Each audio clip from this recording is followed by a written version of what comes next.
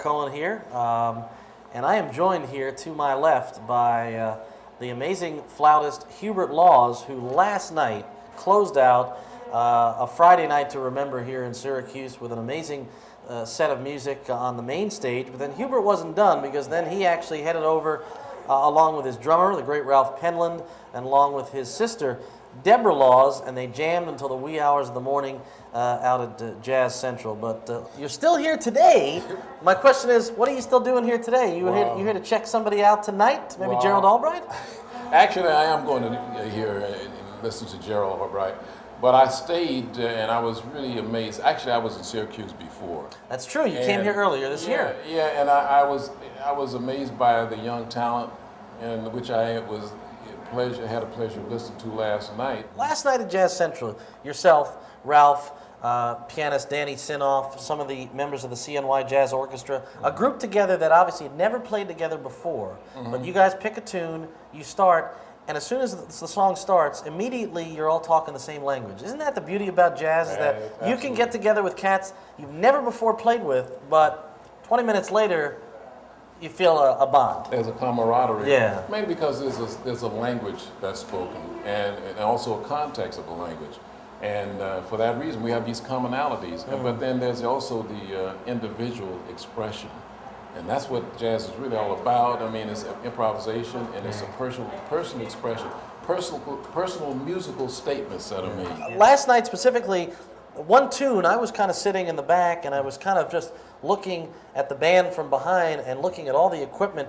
You actually have what looked like a computer screen with the music on the screen. Can you give us an idea of what that setup was like for you on stage? Well, today's modern technology. It is 2007, yeah.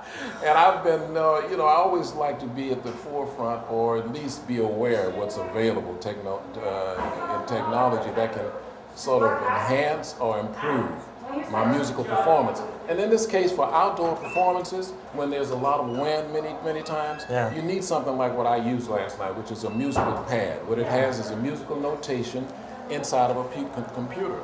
And that computer, I can scan music notation, put it in that device, and I'm able to read the music and actually turn the pages by touching the screen, or in some cases with a foot pedal.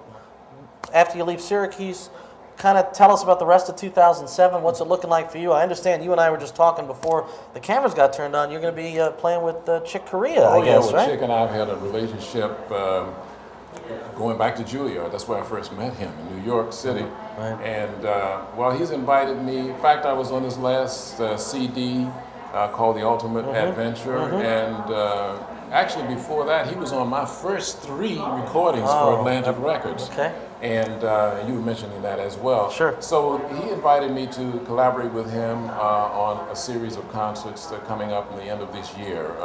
Seattle, Oakland at Yoshi's, and also someplace in Canada I don't know about. His secretary, someone called me and asked me would I be available. Wow. But I just sent him an email message this morning, because he wrote this one piece that I've really become, gotten in love with.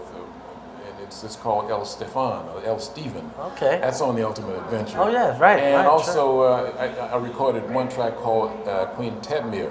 And this guy is always writing very challenging music. Unbelievable. That's why I say, it's for me, it's always something new, and it keeps me excited about practicing and progressing as much as I can. The greater the challenge, the greater the reward. Listen, we have been fortunate to have you in Syracuse on 2 occasions in the past year, and I hope that somewhere down the line your travels will bring you back here to Central New York. I know you've kind of gotten a bit of a connection with this town, and listen, Hubert, it's been Eric, a real pleasure. Look, as soon as I get the invitation, I'll be on the next jet out here. All right, and hey, listen, we're on WAER.org, but for folks who are watching this, what's your home on the web?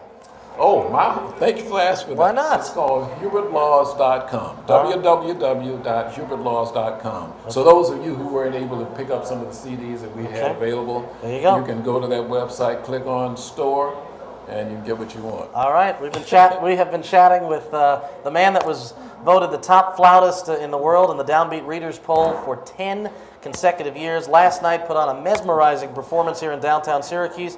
He doesn't want to leave, though. He's going to stick around. We got more great music to come. It's Jazz in the Square 2007.